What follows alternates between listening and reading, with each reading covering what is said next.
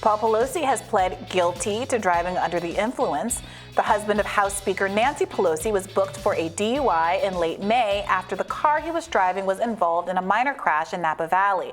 A judge sentenced Mr. Pelosi to 5 days in jail. However, after applying a time served credit and conduct credit, that was reduced to 1 day, which will be served through a court work program. Pelosi will be on probation for 3 years and pay upward of $1,700 in fines.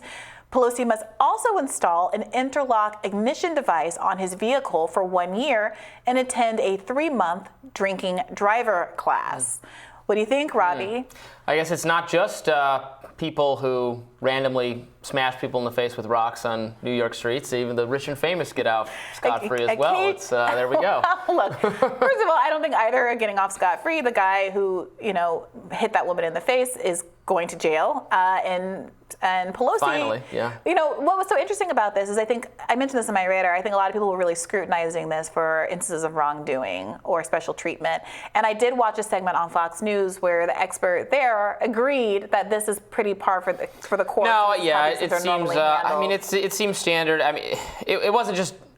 It was driving under the influence, and he was involved in a crash. He wasn't just pulled over. He actually crashed the car. Right. Said it was a minor crash, but I don't. So the system where the kind of breathalyzer interlock system on his car seems like a significant intervention. I imagine it's a very nice car that he's going to have to install this advice on, which does seem like a little bit of poetic justice here. Maybe a Tesla. Do they have Tesla fittings for breathalyzers? Probably not.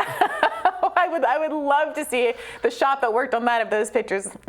not that I'm eliciting or trying to solicit a leak, but yeah, look, the fact that he has, people are going to think that that he's getting credit for time served and those kinds of things are a special treatment, but it does seem like that is also par for the course.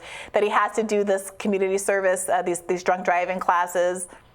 Does seem like an imposition for someone like him. Okay, so that seems warranted. This punishment seems perfectly within the realm of appropriate to me. Mm-hmm. However, I'm sure, and you'll probably agree with this, that a person of less privilege could have gotten the book thrown at them more. Yeah, absolutely. I wrote about a case. I was going to maybe do a radar on it, and then I didn't end up doing that. But I wrote about a case for Reason Magazine, kind of different issue. But this woman, her life was really torn. She left her kids at the park to go she ran to the grocery store to buy a turkey, middle of COVID, so she didn't want to bring her kids into the indoor grocery store. The grocery store had a sign that said, please don't bring in any excess people. She left it at the 5-year-old and a 7-year-old at a well-lit park where she knew someone at the park. They were just going to play on the play place for 15 minutes while she goes to get a turkey.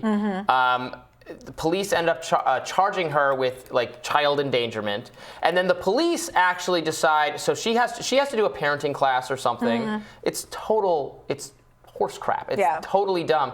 And then crazier than that, the Department of Child Services, this is Arizona, puts her on they have a it's equivalent to the sex offender registry, et cetera, for delinquent parents. She's not allowed to work with children. She can't volunteer at the church. This is this crazy dystopian list. This is the state of Arizona. They have a list with like 1% of the citizens of Arizona are on it. They probably don't even know, because the Department of Child Services procedure has nothing to do with the police procedure. So the police were done with it after they made her take the parenting class. But then this department has a quasi-judicial procedure that doesn't have, and that their standard of evidence is probable cause. Not preponderance of evidence, it's just probable cause. They had a farcical Kafkaesque hearing. Yeah.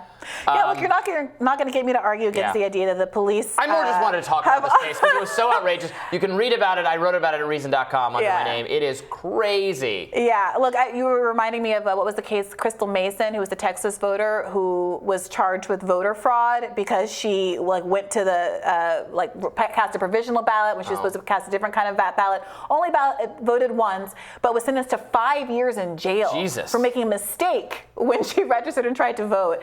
So yeah, there are these instances, which often for very political reasons, people get the book thrown at them. There are a lot of these child endangerment cases where a parent will run very quickly to the car with an older child, not even necessarily someone who's at risk of overheating and stuff in the car.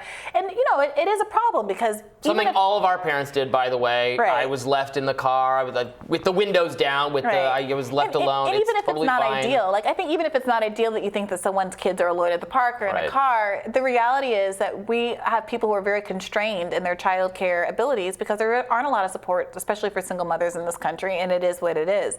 And it is difficult, it is frustrating that there is a criminal response to what should be a social problem that needs to be remedied, if anything at all. So, but my point being, there's a registry of whether you're a fit parent or not that has terrible due process components and includes people who didn't do anything wrong and are no threat to kids whatsoever. There's no registry of like drunk drivers or people who shouldn't be allowed to have alcohol. They should link both of those things to your Tinder profile, so that people who can swipe can see if you're going to be a good parent or not and a safe driver. What is on the Tinder? I have no idea what goes into a Tinder profile. I don't know. I don't have Tinder. I'm an adult. Okay.